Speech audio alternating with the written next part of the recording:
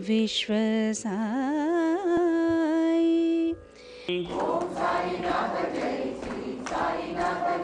Recital of Satcharitra on Thursdays between 6 and 6:30 in the evening. Shubham Bhavatu.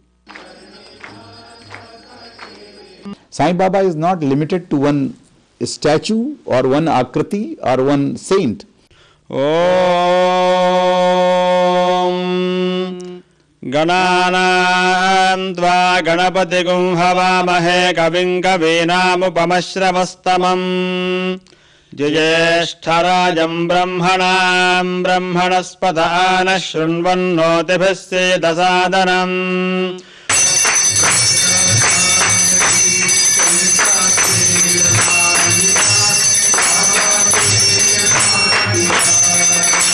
नमस्कार, शिरडी साई विश्व साई कार्यक्रम में आपका स्वागत है। ओम श्री साई राम गुरुदेव दत्ता।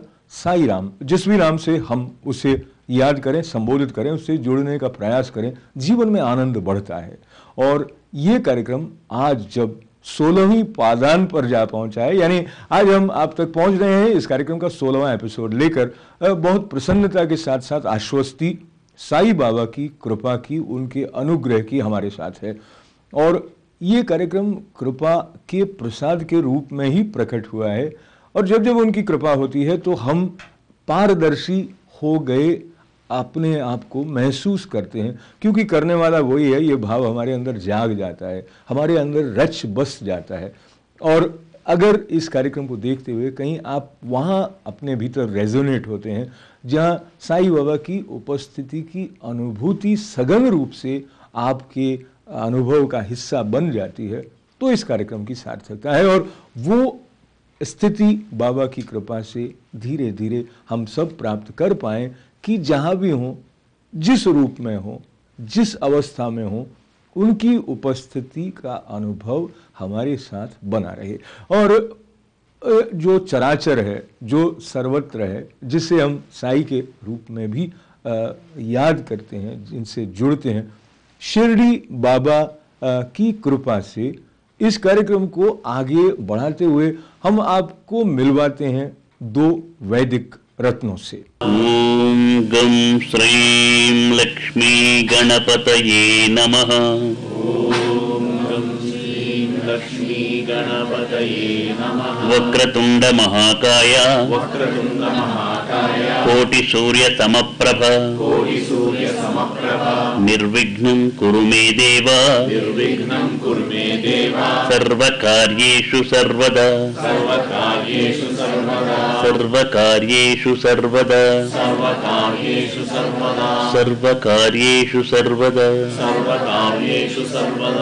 जब प्रेम होता है तो उसका प्रकटन आवश्यक हो जाता है। And when love manifest itself in the form of devotional singing, तो बड़ा आनंद आता है। और ये जो आनंद की धारा है, इसका प्रवाह शिरडी साई विश्व साई कार्यक्रम में प्रारंभ हुआ तो एक विशेष उपस्थिति के साथ संगीत मार्तंड पंडित जसराज जी की वाणी, उनके भाव और उनकी आशीर्वाद के साथ ये कार्यक्रम प्रारंभ हुआ था।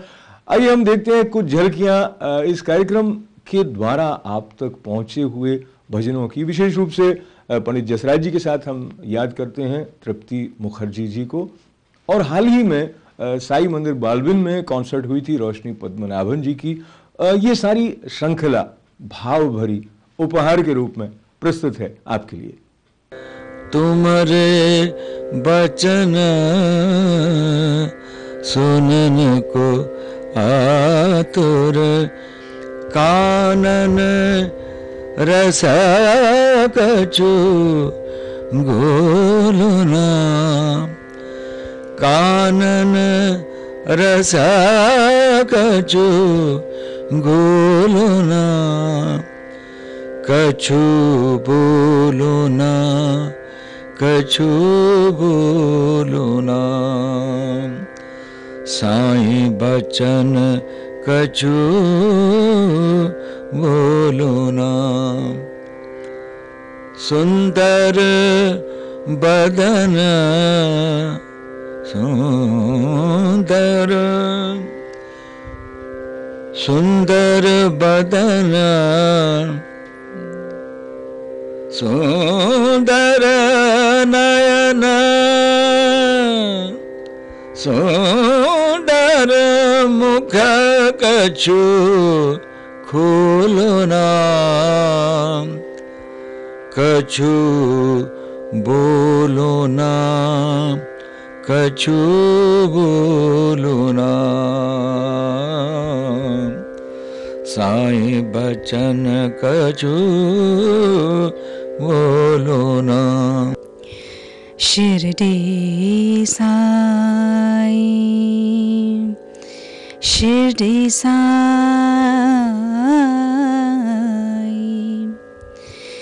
विश्व साई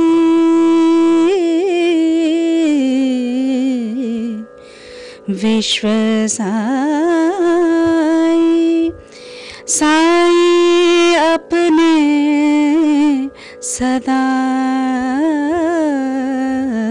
सहाय साई अपने सदा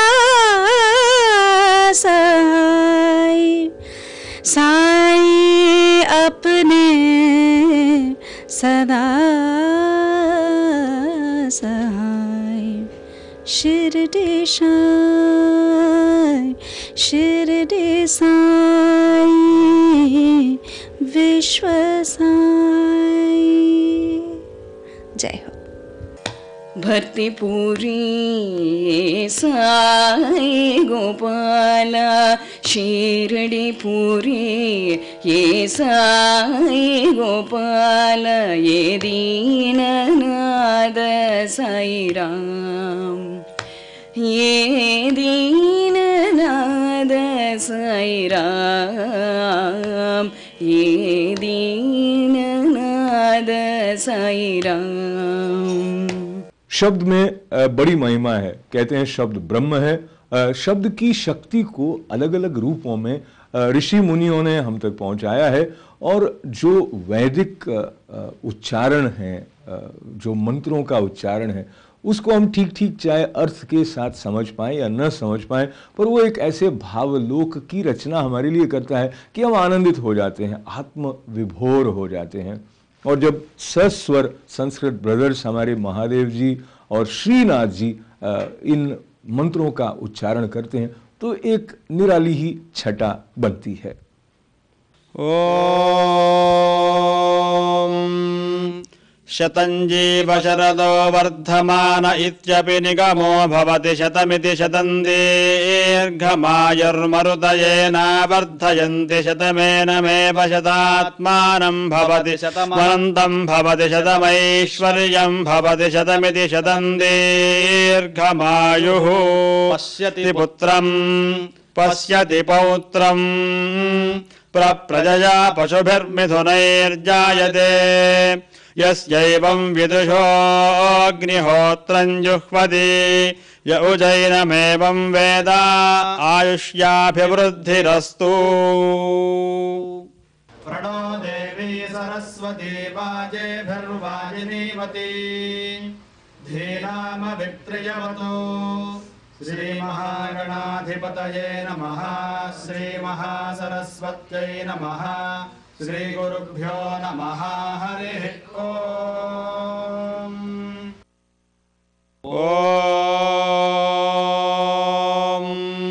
श्रेयो वसीय आयुत्सम्भूतं भूतं चित्रः केतुः प्रभा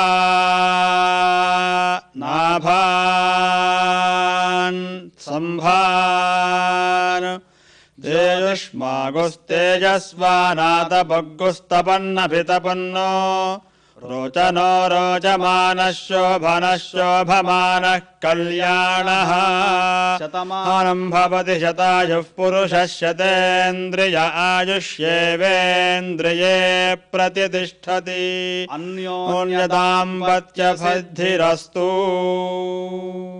स्वामी विवेकानंद जो प्रारंभ में नरेन के नाम से जाने जाते थे, जब पहली बार अपने भावी गुरु रामकृष्ण परमहंस के सम्मुख पहुंचे तो उन्होंने पूछा, क्या आपने भगवान को देखा है? तो रामकृष्ण परमहंस ने बिना कोई क्षण गंवाए कहा, हाँ। और उन्होंने ये भी बताया कि ऐसे देखा है जैसे मैं तुम्हें देख रहा हूं। हम सभी चाहते हैं कि हमारे अंदर वह अवस्था है कि हम ईश्वर के दर्शन कर पाएं। क्या आपने साईं दर्शन किए हैं? कुछ भक्तों को साईं बाबा के दर्शन हुए और उनकी करुणा, बाबा की करुणा से इस प्रकार के अनुभव कुछ भक्त हमारे साथ बांट भी लेते हैं। So his presence is felt by all the devotees and Baba's blessings to one and everyone here. आपने जब पहली बार साईं चरित्र का अध्ययन किया तब जो अनुभूति रही और अब जब कभी आप अध्ययन करते हैं तो उसमें क्या कुछ अंतर है? अशोक भाई, अब तो मैं नहीं पढ़ता हूँ क्योंकि अब तो साईं रोम रोम में बस गया है और इतना बस गया है कि इस अकिंचन को एक दिन, मतलब आपके पहली बार मैं शेयर कर रहा हूँ पब्लिकली, अदरवाइज आई शेयर। बाबा ने मुझे साक्षात दर्शन भी शिरडी में दिए हैं। तो बेसिकली अब तो जीवन में यह है कि आप करते रहो, चलते रहो जो काम बाबा ने दिया है, बट एक बार अगर स्पर्श हो जाता है तो फिर कुछ जीवन में बचता नहीं है। बट जीवन जीना है, कुछ करना है, क्रिएटिविटी बाबा ने दी है। और मैं ये आपके माध्यम से फिर से कहना चाहूँगा कि बाबा किसी रूप में भी आ सकते हैं। आपके गुरु के रूप में आ सकते हैं, आपके मेंटर के रूप में आ सकते हैं, आपके गाइड के रूप में आ सकते हैं। तो एक गुरु होना बहुत आवश्यक है जीवन में। ये हमारे शास्त्रों ने सृष्टि जब से हुई है तब से कहना शुरू किया कि भाई गुरु चाहिए। और गुरु गोविंद दो खड़े काको लागे पाँव, गुरु की महत्ता को बताया है। साईं बाबा के रूप में कोई भी आपका गुरु हो सकता है। Sai Baba is not limited to one statue और वन आकृति और वन सेंट। जो आपका गुरु है, जिसके अंदर देवत्व है, वही साईं है। तो आपने कहा है कि उसके रूप अनंत हैं, अनंत कोटि ब्रह्मांड नायक उसको कहा गया। तो ब्रह्मांड में पूरे कण कण में व्याप्त है वो। उसको एक छोटे से, देखिए मानव ने जो चीजें बनाई हैं उसकी सब सीमा है। आपने ही कहा था, बड़े सुंदर शब्दों में कहा था। मेरी हिंदी अब बिगड़ चुकी है, अब उतनी अच्छा हिंदी मैं नहीं बोल सकता हूं, लेकिन आपने ओपनिंग स्टेटमेंट इतना सुंदर कहा था, सीमा और अनंत को।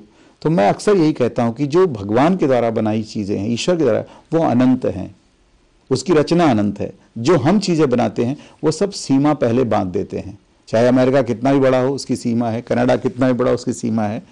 तो अनंत सिर्फ उसी के पास है। और हमारे साईं अनंत हैं, अनंत रूप में हैं, चाहे उनको गुरु आप कहें, इसीलिए उनको लोग गुरु माँ कहते हैं, द्वारिका माई कहते हैं। और मैं आपसे कहता हूँ कि साईं साक्षात दत्तात्रेय भगवान विष्णु के अवतार हैं। और चाहे आप उनको ईसा मसीह कहें, उन्होंने खुद ही हमारे यहाँ शिरडी में देखिए, जब मंदिर का कोई चीज़ बनती है तो हाँ इस्लामिक चिन्ह भी रहता है, क्राइस्ट भी रहते हैं, ओंकार भी रहता है, ओम भी रहता है। जितने भी चीज़ें हैं धर्म के सिंबल हैं, सब हम लोग शिरडी साईं ट्रस्ट बनाते हैं। We don't carry one symbol. तो वो हमें बाबा ने सिखाया है, शायद वो संदेश लेके हम चलने में कामयाब अभी तक हुए हैं और आगे भी चाहेंगे कि चलता रहेगा। पानी जी, कुछ जिज्ञासाएं बढ़ती जाती हैं सुनते सुनते। तो एक तो जो आपने बताया कि आप पहली बार शेयर कर रहे हैं पब्लिकली कि बाबा के साक्षात दर्शन होने वाली बात, वहाँ हमें थोड़ा और ले जाएं अगर उसका थोड़ा सा और खुलासा। देखिए ऐसा है कि अगर आप समय की सीमा को छोड़ते हुए, मैं यहीं अमेरिका आया हुआ था। हमारे एक होस्ट थे, इंडियन होस्ट थे। उनके पास एक बहुत सुंदर नव वर्ष की ग्रीटिंग थी, दिवाली की ग्रीटिंग को लेके। इतनी सुंदर बाबा की फोटो मैंने नहीं देखी ग्रीटिंग्स में। तो जिज्ञासा हुई, मैंने वो ग्रीटिंग्स उठा ली। तो हमारे होस्ट ने कहा कि पांडे साहब, आपको मालूम है जिस महामानव ने ये कार्ड भेजा है उनको साईं बाबा के साक्षात दर्शन हुए हैं। उनकी पत्नी बैठी थी, मैंने शेयर किया। हमने कहा कितनी बड़ी तपस्या उनकी होती होगी जिनको ईश्वर साक्षात दर्शन देता होगा। हम लोग तो चाहते हैं कलयुग में कि भगवान हमारा स्लेव बन के रहे, जब चाहे हम उसको देख लें, जो चाहे उससे मांग लें, कुछ करना ना पड़े। हमने कहा हम लोग कभी नहीं दर्शन कर पाएंगे। अशोक जी, इसी के साथ मैं गया, स्नान किया, चूँकि फ्लाइट से आया था, खाना खाया, सो गया। और सोने में मैं बाबा का साक्षात दर्शन देख रहा हूँ शिरडी में हूबहू। कि मैं ब्राह्मण हूँ तो जनेऊ और धोती होती लगा के मैं अंदर गया। पुजारी मुझे पहचानते, बाबा की मूर्ति हट गई, बाबा स्वयं बैठे और सामने मंगल कलश रखा। जब मेरी निद्रा टूटी, मैंने सुबह अपने होस्ट से शेयर किया और लगभग 1.5 साल तक मेरी पागल जैसी स्थिति बनी रही। मैंने कहा बाबा स्वप्न तो अच्छे और बुरे सब आते हैं, अगर आपने वाकई दर्शन दिए हैं तो इस दर्शन को मैं नहीं मानूंगा। अगर रियली आप मुझसे स्नेह रखते हैं और वो उस रात की घटना वो स्वप्न वाली सही है तो सामने आओ तब जानूं। और 1.5 साल लगभग हो गए, एक अर्धविक्षिप्त अवस्था में मैं जीता रहा जब उसको याद करता था स्वप्न को। तो एक दिन मैं काकड़ आरती करके, दिसंबर का महीना था, निकला और वहाँ पारायण कक्ष है जहाँ लोग बैठ के साईं चरित पढ़ते हैं। वो साइलेंस जोन है तो अभी छोटा, आपके इस स्टूडियो के बराबर है, लेकिन फिर भी आप जब कभी जाइएगा वहाँ लोग चुपचाप बैठते हैं, वहाँ बोलना मना है। वहाँ जैसे लोग जो है, आपने कहा दर्शन नहीं हुआ, तो मैं लोगों को एडवाइस करता हूँ जब आपको कभी अच्छा दर्शन ना हो तो वहाँ जाइए, बैठ के साईं चरित पढ़िए और देखिए बाबा आपकी पुस्तक में ही आपको दर्शन दे देंगे। मैं उस दिन गया, उस दिन पारायण कक्ष खाली था, मैं गया, वहाँ बाबा की एक 6 फुट की तस्वीर पड़ी है, वहाँ प्रणाम किया और जब पीछे मुड़ के देखा, साक्षात बाबा, जो बाबा का आप ड्रेस देखते हैं, ना बहुत साफ, ना बहुत उजला, ना बहुत मैला, उसी ड्रेस, उसका गाड़ी, हाथ पांव उनके ठीक लेकिन साधारण नहीं, असाधारण हाथ पांव उनके, वही पटका, वही रंग, वही रूप। और मेरे उस समय पैसे भी नहीं थे, मेरा एक पीए था, मैंने उसको बोला यार तेरे पास कुछ पैसे हैं, तो बड़े अनमने ढंग से ऐसे हाथ से वो 100 रुपया निकाला और सॉइल्ड नोट थी वो। भाई साहब मैंने उस 100 रुपए की नोट ऐसे सीधी की, देखिए मेरी तंद्रा बध गई, जैसे मैं एकदम हिप्नोटाइज हो गया हूं। मैं कहना चाहता हूं, आनंद ले रहा हूं बाबा का पूरा एकदम, हम भी गदगद, वो भी गदगद, वो भी मुस्कुरा रहे हैं, हम भी मुस्कुरा रहे हैं, लेकिन ये सब चल रहा है, एकदम यंत्रवत चल रहा है। मैंने 100 की नोट सीधी की। अब देखिए मैं चाहता तो नोट ऐसे भी दे सकता, मुझे वो जो काकड़ आरती में पढ़ते हैं, तुझे काय देव कि तू जगन्नाथ है, तो ऐसे मैंने दिया। उन्होंने हंस के वो उठाए और वहीं विभूति की एक वो पड़ी रहती, उन्होंने 3 उंगली डाली, मेरे माथे लगाए, इधर किया, मैंने प्रणाम किया। मेरे मन में एक जिज्ञासा आ रही थी जो मैं बोल नहीं पा रहा था कि बाबा मेरे लिए आदेश क्या, जैसे आप कहते ना कि, तो it was a very stupid question. साक्षात बाबा खड़े हैं, तू आदेश क्या मांग रहा है? लेकिन मन में जो है, आपसे ईमानदारी से शेयर कर रहा हूं, प्रणाम करके यंत्रवत मेरे पांव भी आगे बढ़ गए और जैसे मैं एक सीढ़ी नीचे उतरा, 2 स्टेप है वहां पे, तैसे मैंने, अरे बाबा, he was not there। और जब घर में मैंने शेयर किया, मेरी धर्मपत्नी मुझे कहती है कि नहीं शेयर करना चाहिए, लेकिन कलयुग में हम छोटे लोग हैं, हमें जो शिक्षा मिली है कि भगवान का भजन कीर्तन, भगवान के गुणगान से ही हमें मुक्ति मिलेगी, मोक्ष मिलेगा। तो हम इसलिए इस बात को पब्लिकली नहीं, धीरे धीरे जिनको मैं पात्र समझता था कि जो बाबा से जुड़े हुए हैं, जिनको बाबा के याद करके आंखें नम हो जाती हैं, मेरी हमेशा नम हो जाती हैं, तो ऐसे पात्र लोगों को मैं सुनाने की कोशिश करता था कि बाबा से वो जुड़ें, बाबा को समझें, सत्य को समझें, साईं को समझें, भगवान को समझें। तो आज आपके इस आई फॉर इंडिया के माध्यम से आज ये मेरी, पता नहीं कैसे आपने साइलेंस तोड़वाई दिया, और ये कभी आप मुझे सीडी देंगे, अपनी वाइफ को दिखाऊंगा तो मुझे डांट भी पड़ेगी। तो ये भी अच्छी बात है कि बाबा के प्रति प्रेम होने के साथ साथ पत्नी की डांट का डर बना रहे, ये भी बाबा की कृपा है। तो क्योंकि वो डर न होने से भी मार्ग से च्युत होने की संभावना रहती है। Yeah, in any work I start, I always take Sai Baba's blessing. In anything I do, like anything I start new in my career or everything. So, and I believe in Sai Baba. Sai Baba के जीवन की लीला को हम तक पहुंचाने का बड़ा महत्वपूर्ण कार्य बाबा की कृपा से हुआ हेमाड पंत जी के द्वारा। जो नाम हेमाड पंत है, ये उन्हें बाबा ने ही दिया था।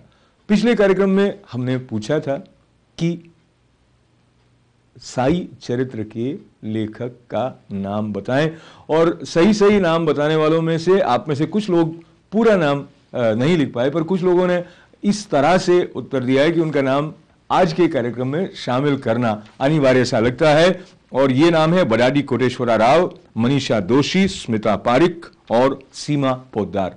आप सभी ने कार्यक्रम में इस क्विज में भाग लेकर आनंद वर्धन किया, उसके लिए आपका धन्यवाद।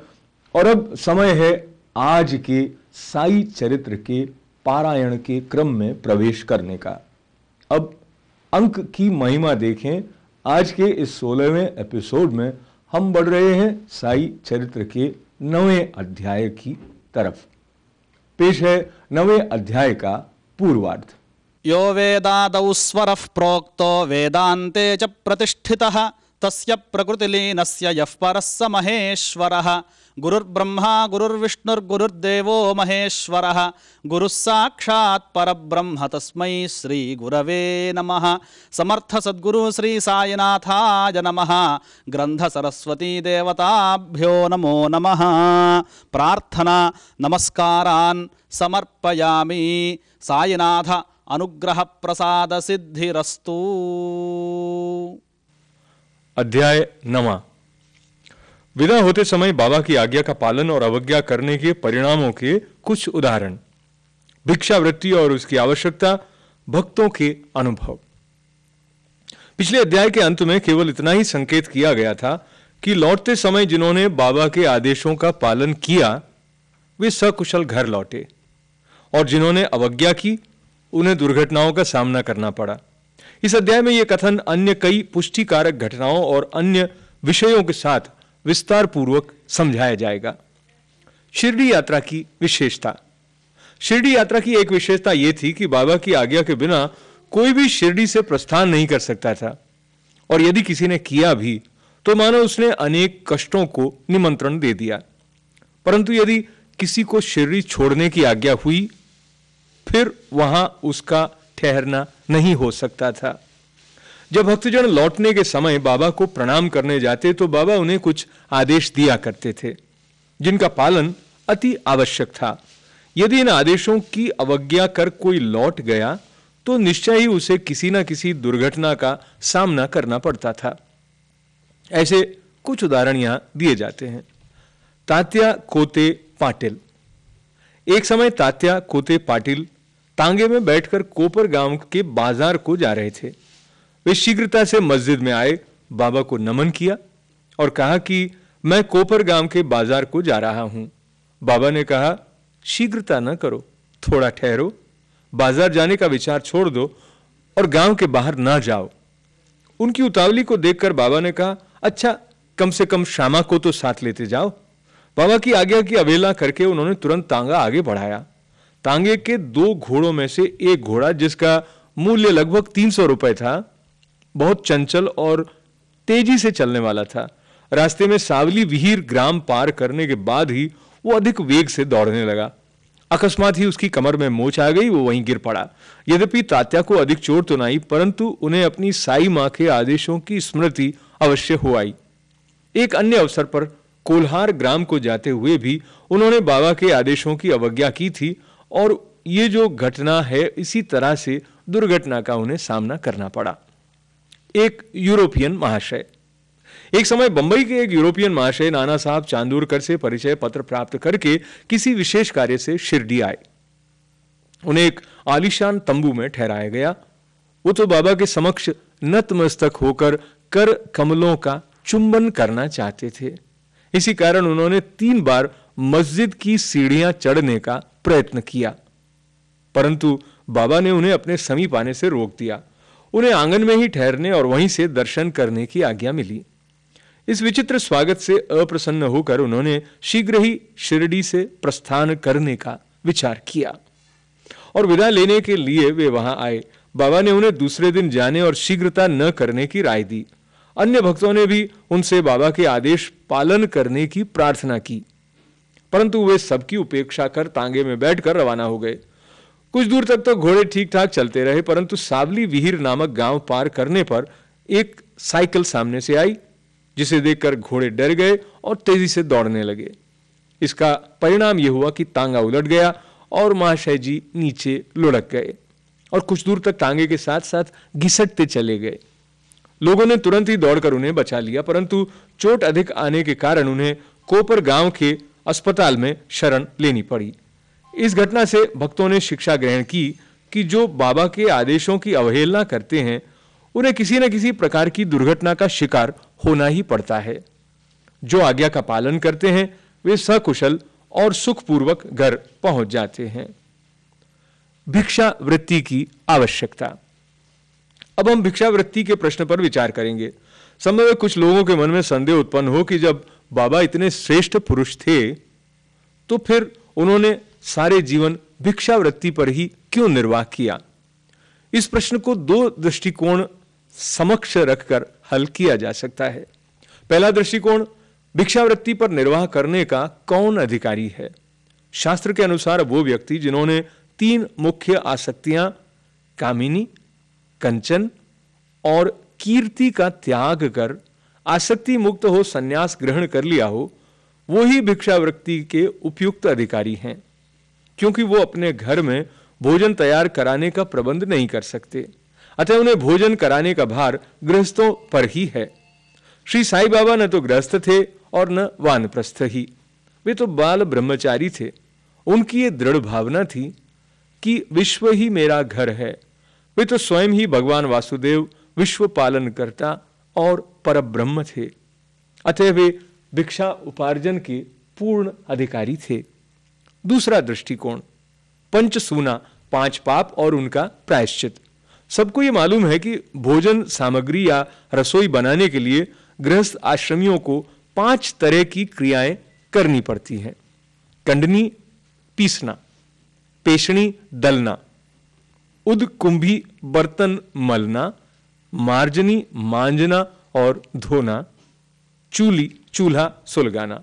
इन क्रियाओं के परिणाम स्वरूप अनेक कीटाणुओं और जीवों का नाश होता है और इस प्रकार गृहस्थ आश्रमियों को पाप लगता है।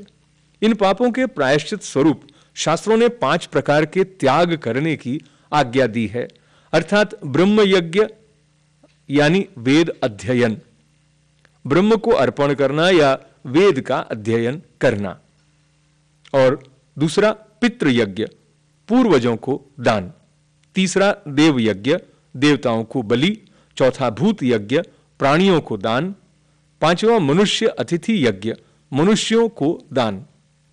यदि ये कर्म विधि पूर्वक शास्त्र के अनुसार किए जाएं तो चित्त शुद्ध होकर ज्ञान और आत्मानुभूति की प्राप्ति सुलभ हो जाएगी। बाबा द्वार द्वार पर जाकर गृहस्थाश्रमियों को इस पवित्र कर्तव्य की स्मृति दिलाते रहते थे और वे लोग अत्यंत भाग्यशाली हैं जिन्हें घर बैठे ही बाबा से शिक्षा ग्रहण करने का अवसर मिल जाता था। और अब आज के कार्यक्रम का समापन करने से पहले शिरडी साई विश्व साई कार्यक्रम की क्विज नंबर 2 का ये प्रश्न है, what was the age of Sai Baba when he was first seen in Shirdi? Shirdi में जब साई बाबा को पहली बार देखा गया था तब उनकी आयु क्या थी? So do send your replies at shirdisai@gmail.com. And also I am suggested that some of you may find it easier to text the answer. So just text the number, the figure of the age at which Baba was seen for the first time at Shirdi at my cell phone number, which is 917-573-7775. Text what was the age when Baba was seen first at Shirdi. अगले सप्ताह फिर मिलते हैं शिरडी साई विश्व साई में। अशोक व्यास को अनुमति दें। नमस्कार।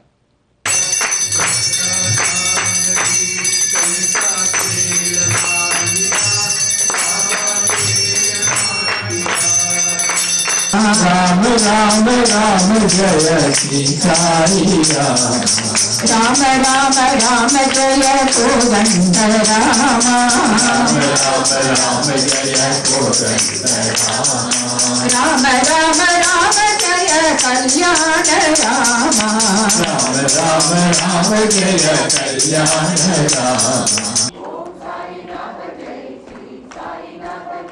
Recital of Satcharitra on Thursdays between 6 and 6:30 in the evening. Shubham Bhavatu.